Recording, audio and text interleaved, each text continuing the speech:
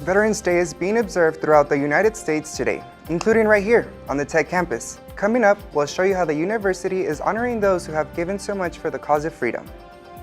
As the Texas Tech population continues to grow, so does the amount of the new facilities being built on campus. Find out how one popular gathering place is now on the official construction list next. And the Texas Tech women's soccer team started their run at a national title against a top-ranked team. MCTV's Jessica Riley will be in with a look at highlights from that game, along with much more in sports. This is the MCTV Weekday Update. Welcome to the Monday edition of MCTV Weekday Update. I'm Oscar Vielma. And I'm Paige Sachse. Today marks a very special day here in the United States as the country celebrates Veterans Day. That's right, Paige. Throughout the nation, people are taking the time to stop and say thanks to all those who have given their time to serve and protect our country. And Texas Tech is no exception.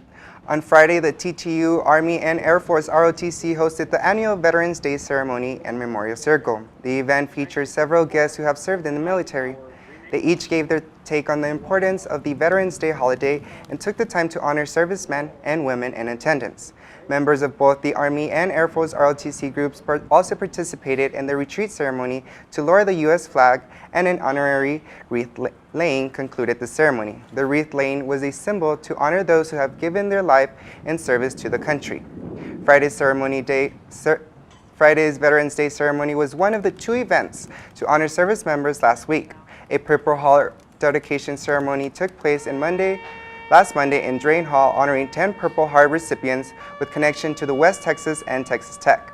Last week's observance ended on Saturday with the Celebrate American tailgate held at the Jones AT&T Stadium before kickoff of Tech versus Texas. Expansions of a popular event space on the Tech campus is officially underway following a special event last week. Friday afternoon, the Texas Tech Alumni Association hosted a groundbreaking ceremony on the back porch of the Fraser Alumni Pavilion. The ceremony was the first step towards planned renovations of the building that will start later this year. The additions to the Fraser Pavilion include a 4,200 square foot event area, new north and south entrances, an expanded catering kitchen, and additional restrooms. The renovations to the facility are in response to a continued demand for the facility by the Tech community. The reason we wanted to expand it is because it's been so popular. If you come here on game day, there's a line out the door. Once you get inside, it's packed. In addition to that, we've had people from the community that have wanted to host larger events here, and we wanted to be able to better accommodate those requests. So it just came time in the process to go ahead and expand and update the facility. Renovations on the Fraser Alumni Pavilion will begin soon with an expected completion date of fall 2019. Over the last decade, the importance of women in the corporate world has become a huge discussion as companies continue to break down gender barriers. With that in mind, one college here on campus decided to take that issue during a special panel discussion. How Does Gender Matter in the Biz was held in the College of Media and Communications on Friday afternoon in room 268. During the event, 3 female professionals from the communication industry shared their experience and insight with students, faculty, and staff from that college. Friday's panel included Amy Stanford, Victoria Wells, and Charlie Wood. Stanford is a supervising producer for the Food Network. Wells is a director for production for Viacom, and Woods also works for Viacom as a communication manager. All 3 women discussed the difficulties of being a woman in the corporate world and shared their stories on how they made it into positions working for major media companies. Friday's panel was moderated by Dr. Rob Peasley, chairman of the Department of Journalism and Creative Media Industries. The event included box lunches, and anyone from the college was invited to come and join on that discussion. The South Plains got a taste of winter weather after a storm cold front made it through the region last night. Initial forecasts called for as much as 1 inch of snow here in Lubbock, but we stayed dry for the most part. That's true, Oscar, but we've still had a taste of winter-like temperatures throughout the day. So is this just the beginning, or will we see a return of warm weather soon? Let's take a look at the MCTV forecast. The MCTV Tower Cam has been showing mostly cloudy skies and a lot of wind this afternoon. We reached our high temperatures of 36 degrees here on campus at midnight, and it's been in the low 30s ever since. But even though the temperatures have stayed at or above freezing, the wind chill has been in the teens and 20s most of the day. Today's temperatures have only been the first part of the cold front, with the coldest temperatures still headed our way this evening. After sunset, we'll see lows drop into the 20s, making for the first hard freeze of the season. Tomorrow, if you're headed to class for an 8 a.m., now's the time to pull out your winter gear. Temperatures are expected to only reach the mid-20s by sunrise, and we may not see a high above freezing until after 10 a.m. But later tomorrow afternoon, highs will climb into the mid-40s, and we should see sunny skies throughout the day. On Wednesday, the warm-up will continue with more sun and highs in the mid-50s. Thursday will continue the warm weather trend with clear skies and mild temperatures in the late afternoon. Even with the warm-up, lows on Wednesday and Thursday night will still be at or below freezing. Looking ahead, the warmer temperatures may be short-lived as another cold front heads our way this weekend. With Thanksgiving around the corner, there's not a lot going on campus this week, but there's one special event on Friday night giving you a chance to catch an award-winning bilingual singer in concert for free. MCTV's UVA Bicamo was joined by a special guest in the studio with all the details. Hi, I am here today with Joe Moore, Director of the Presidential Lecture and Performance Series. Hi, Joe. How are you doing today? How are you, UVA? Nice to see you. I'm doing great. Well, before we go into talking about this Friday's performance series, can you tell us more about the Presidential Lecture and Performance Series? You bet. The Presidential Lecture and Performance Series is in its 13th season, and it's out of the President's office. So it's a sponsored program for students, faculty, staff, and the community. Awesome. Well, this Friday, we're having 9-time Austin Music Award-winning singer Gina Chavez. Can you tell us more about that? I certainly can. Gina Chavez is someone that I first heard. I'm an NPR listener, and of course we have KTTZ FM here on campus, and I was listening to the radio one day and heard a Tiny Desk concert, and it was this woman named Gina Chavez. And I was really interested. And of course, what's fun about my job, which I have the best job in the world, is I get to go to conferences where I can actually see these performers perform live. And so one of the agents that I work with represents her. I got to hear her in New York, and she was fabulous. And because in Texas and even in the United States, we have such a huge Latin community, and in Lubbock and in our university, and in particular because I love Latin music, I thought it would be really fun to have her come to Texas. And so, and because she's an Austin, woman and musician, I was particularly intrigued. And not only was she 9 times, was she a music award winner from Austin, but in 2015 she won Austin Musician of the Year. Wow. So anyway, we're tickled to death to have her. Yes, and like you said, she does Latin music, and I think that's pretty important that people, come see that. But why in particular tech students, why do they need to come see this?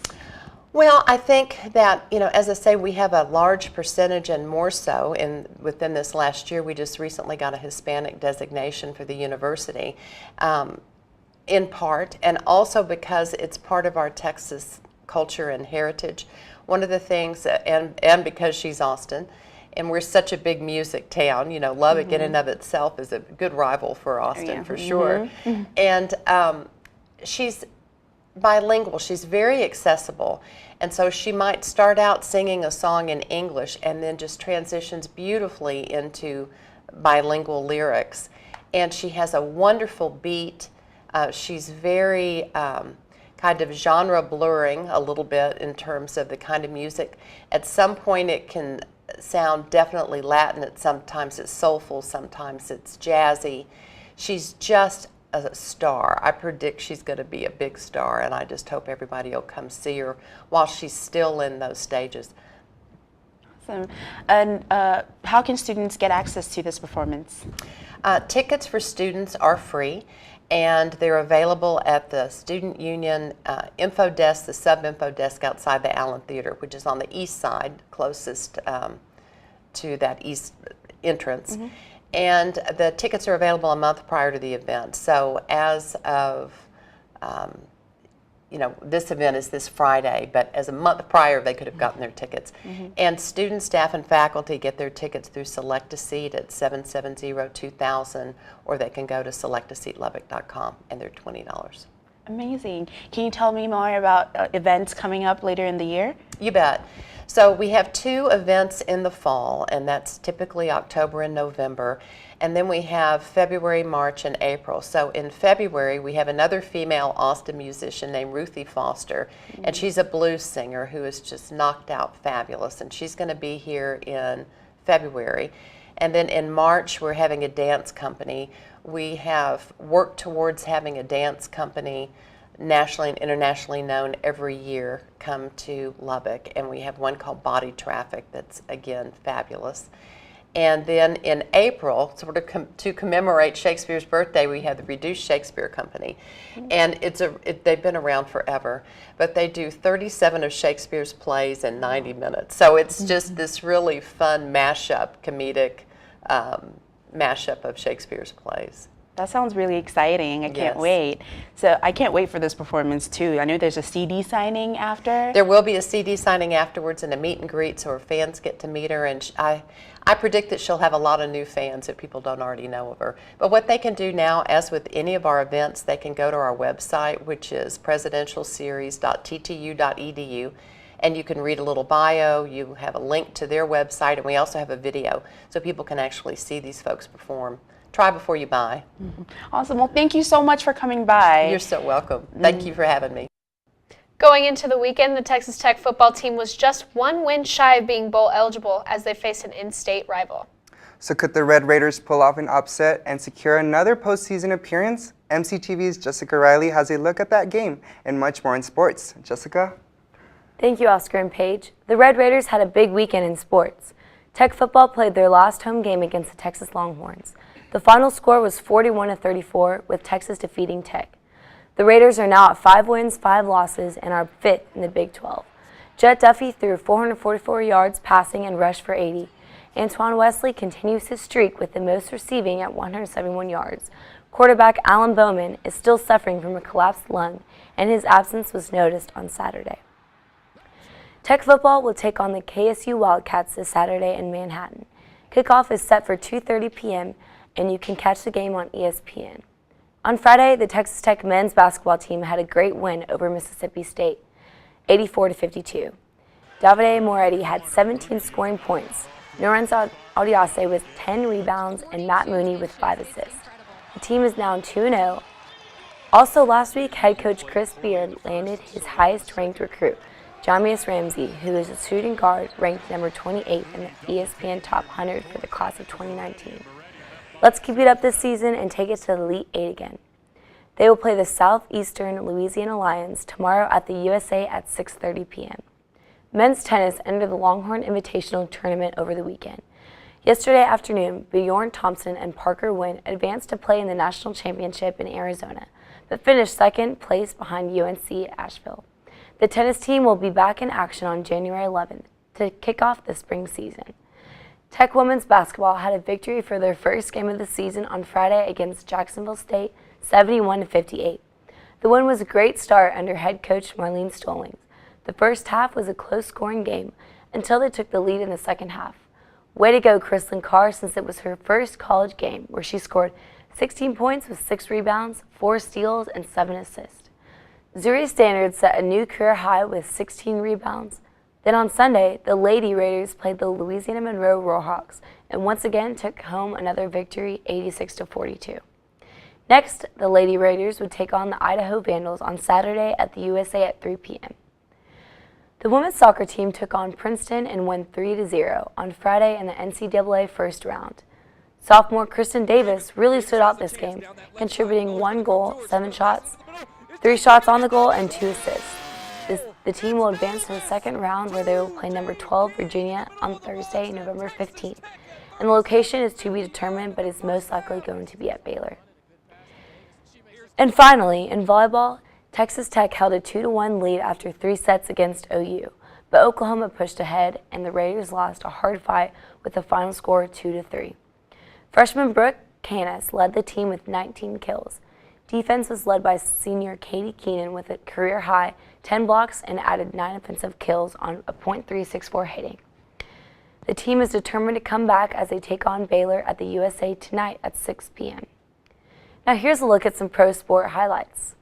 The Steelers' star running back Le'Veon Bell is unexpected to return for the season. He tweeted, Quote, "Don't judge me off my decision because maybe this isn't what you do. I'm not going to apologize for what I believe is right for myself, family, and the rest of my peers, period." Bell has not publicly announced whether or not he is willing to sign his franchise tender or accept a one-year deal with the Steelers. The Kansas City Chiefs took on the Arizona Cardinals yesterday with a final score 26-14 at the Arrowhead Stadium. Patrick Mahomes broke the Chiefs' 54-year-old touchdown passes record in the first half of the game. He has a total of 31 touchdown passes this season, beating Len Dawson, who had a previous record of 30 passes in 1964. With 6 games left in the NFL season, Mahomes has plenty more chances to improve on his record. After a close game, the Houston Rockets took the victory over the Indiana Pacers last night at the Toyota Center, 115-103. James Harden had the most points, 40 in the game. The Rockets will play the Denver Nuggets on Tuesday at 8 p.m. in the Pepsi Center. That's all for sports. Back to you, Oscar and Paige. Thanks, Jessica. So Paige, with tonight's freezing cold temperatures, do you have any plans? I plan on staying home, inside, and close to my fireplace. I'll probably do the same thing, I'm not gonna lie. Well, that's all for today's Monday edition of MCTV Weekday Update. Thanks so much for joining us, and be sure to check ttuhub.net every day for more news. We'll see you on Thursday.